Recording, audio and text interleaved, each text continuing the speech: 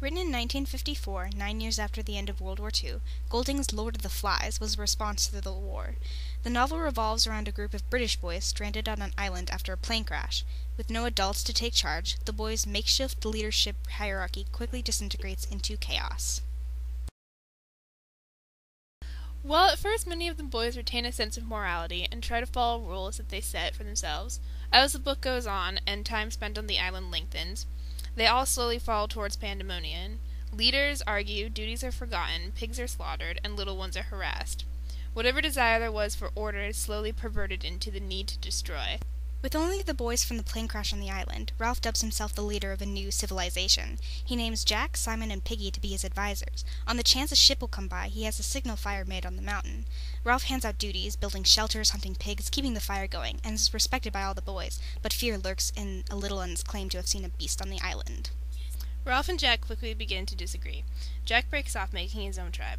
The boys kill a pig and put its speared head in a clearing as a sacrifice. Simon enters the clearing and believes the fly-covered pig head to be talking to him. It claims it is the Lord of the Flies and that it exists within all humans.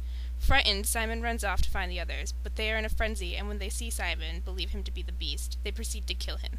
Jack uses fear to control the other boys. Ralph and Piggy go to Jack to try to talk reason, but Jack tries to kill them and succeeds with Piggy's death. Ralph runs to the forest only to find that Jack has set it on fire. While the hunters pursue him, Ralph runs to the beach, where he finds a naval officer, who is surprised at how quickly the boys have resorted to savagery.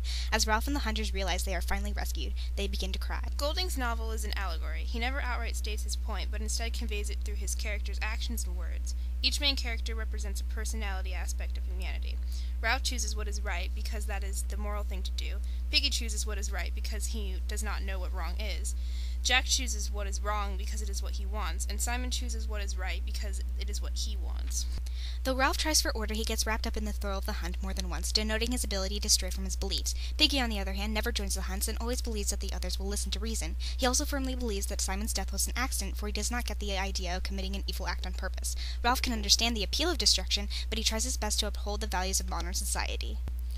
Both Simon and Jack want a world without civilization, but for complete opposite reasons. Simon finds peace in nature and a deeper connection with the world society covers up and destroys. However, Jack desires power, no matter the cost, and doesn't want civilization because of the rules. In this, Simon represents an almost unobtainable good, and Jack a horrific evil. Morality, or virtuous conduct, is the main point in Lord of the Flies. Not only is the question made of what is really moral, but whether or not it should matter. Golding brings up that, while morality is man-made, it is a part of society. Yet society also brings out destruction. Is morality then destructive? Simon again creates an exception of morality without society, in which rules do not need to exist because there is no desire to act in hate or greed in the first place. Yet Simon's paradise can only exist if one understands the difference between right and wrong. The older characters understand this vital information, but people like Piggy or the little ones do not see the contrast and do not fit completely in this realm. If one does not understand what is wrong, then they do not know what is good. When those who do see the difference and understand what is good and what is evil choose the path of destruction, they only lower morality levels and taint the world around them. Even when destructive acts are committed for satisfying a necessity, like brutally murdering a pig for meat, their good intention is tainted by the double motives and by the cruelty.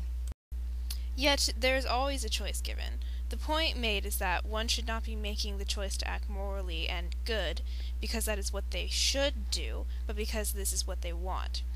And knowing the difference between right and wrong allows humanity to understand the importance of this decision and belief. This thin line between right and wrong, and even between why we choose the way we do, adds to the complexity of humanity. Golding's point is hidden behind the story, the same way our true identity is hidden within us, and human attitudes are hidden within all of us. There's good, there's evil. We make our decisions. Yet, as the Lord of the Flies states, there is evil in all of us. Humans cannot get away from evil. It envelops the world we live in. We bring it with us wherever we go. We create chaos due to our intelligence and understanding of what evil is, and because of free will, evil becomes an aspect of humanity, whether we want it or not. Good enough. This innate battle between good and evil that exists internally within us then inevitably enters into the real world through our actions. If one chooses evil, they will act in evil. Similarly, if one chooses good, they will act in good. This creates an eternal power struggle around us that has always been with us and always will be with us.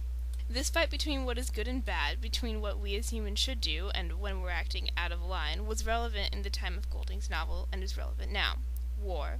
Human war is the most obvious effect of the evil within us. It is the inevitable outcome of conflict in our world and how we have modeled this knowledge of right and wrong.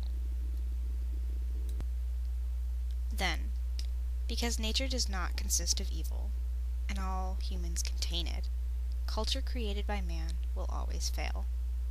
Problems will always arise, and conflicts will become heated. No matter what we do, we are fallen. The phrase "the Lord of the Flies" comes from a Hebrew term that is commonly used to refer to the devil. Golding's novel is commonly considered to contain biblical parallels, with Simon being denoted as Jesus. In translating the book's message in a spiritual sense, the battle between good and evil becomes more than just a question of morality, but a question of humanity's eventual outcome. Humans are fallen creatures. We cannot escape from evil. There is no place it does not exist. No matter what our decisions are, it still lingers in the abscesses of our minds, trickling through the cracks in the imperfect armor we try to make for ourselves in a feeble attempt to remove it from us. Yet while there is no escape from it, not all hope is lost. There is always a strive for good. Evil may exist inside us all, but there is a reason we know we should not act on it. We strive for good not because it is what we are told, but because it is what we need. Humanity is not lost, it has simply slipped and must get back up, but the scars will never completely heal.